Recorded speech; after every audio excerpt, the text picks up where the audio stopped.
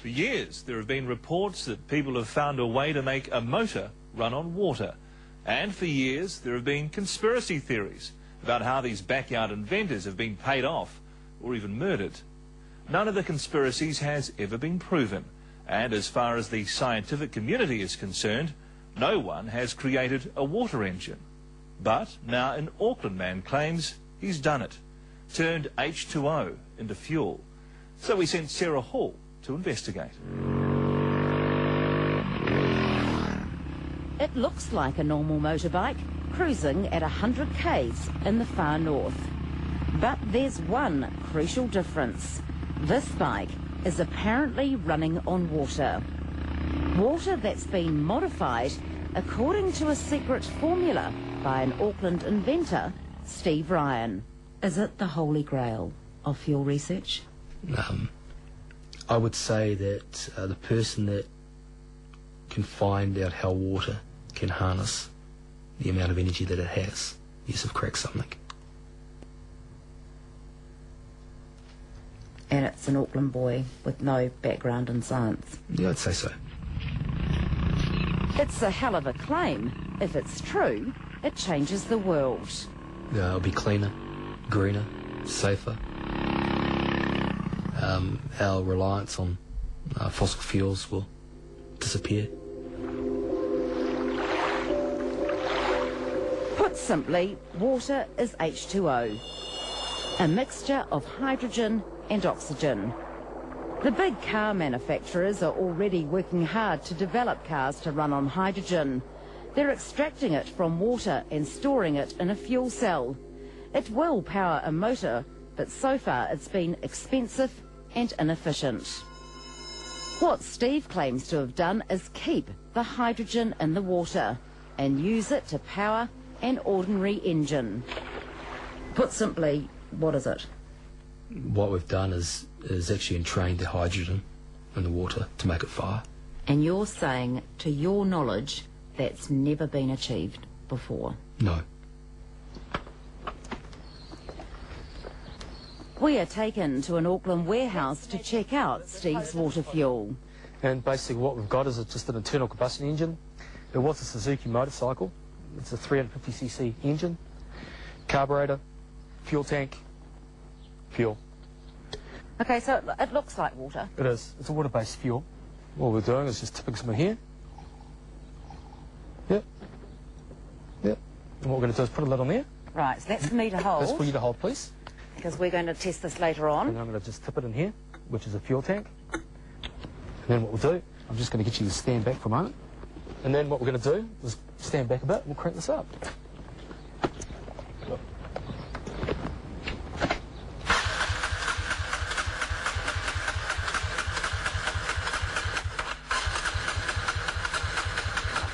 Come on, baby.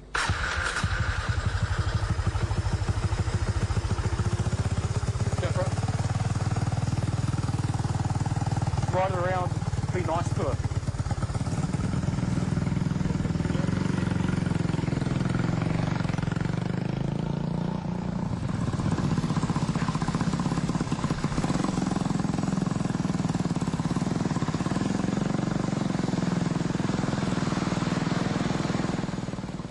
What did I just say?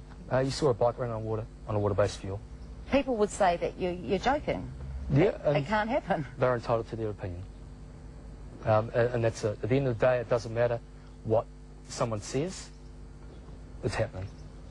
So it's water, you've changed the structure of the water, but you haven't added anything, like there's no hidden petrol in No, there? there's no petroleum, no carbons, no. Steve Ryan says the fuel is the invention. There's nothing particularly new about the bike, apart from a simple modification of the carburetor. These two here? So we got an independent mechanic to check it out, Steve Mason from Albany Toyota. Well, there's no alternative fuel supply anywhere, actually, because it's all going in straight into the top here. So there's, well, for one, there's no room to put anything else. So, Steve, in your experience with this bike, you've said that there's nothing unusual about it.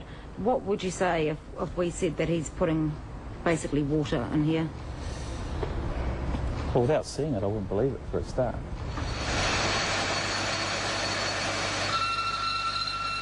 One of those convinced that Steve has done what he said he's done is next-door neighbour Brian Connell. He's been an engineer for more than 30 years and has watched Steve's work in progress. How sure are you that it is water? Well, I'm pretty positive because I've seen him take the water out of the tap. He won't let me see the mix, but he says, here it is, there's the water. Mixes it. There it is. But it's definitely not octane. I mean, any octane you can taste or you can smell. Any octane, no matter what it is, you can taste it. I'm sure it'll burn you. So you're positive it's water? I'm positive it's water.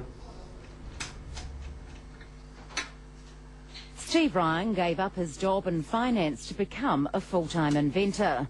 For more than 8 years, he's been tinkering with this idea, starting off in a shed at the back of his property. If he's achieved a water fuel, then he's beaten researchers all round the world who have spent hundreds of millions of dollars.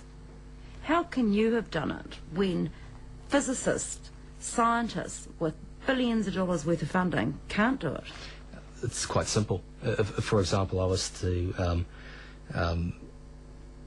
go to university and study chemistry, I'd be reading a textbook.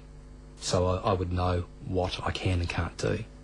But when you actually don't have that formal training, you continue to go down the track of believing that you can do it until you prove to yourself that it can't be done, or it can be done. Are you potentially the next Bill Gates? I think he's a bit light. What do you mean by that? All you need to work out is what the fuel is per year, what the revenue streams for the fuel per year, and then you need to just work out what percentage of the market you'll get. And if you're working on a 1%, 2%, 3%, you're talking telephone numbers.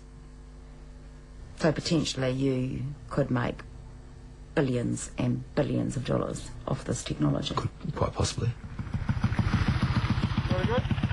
Steve Ryan has filed a patent to protect his findings, but it will take more than a year to come through. Initially, he told us he wouldn't show us the formula or tell us how he was making his fuel. What is your motivation for coming forward now?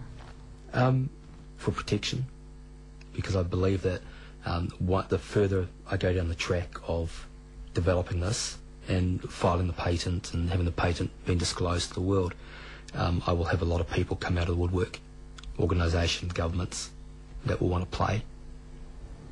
In fact, Steve Ryan claims he's already had contact by the US Defence Department wanting to know about his research, and he's had unusual hits on his website.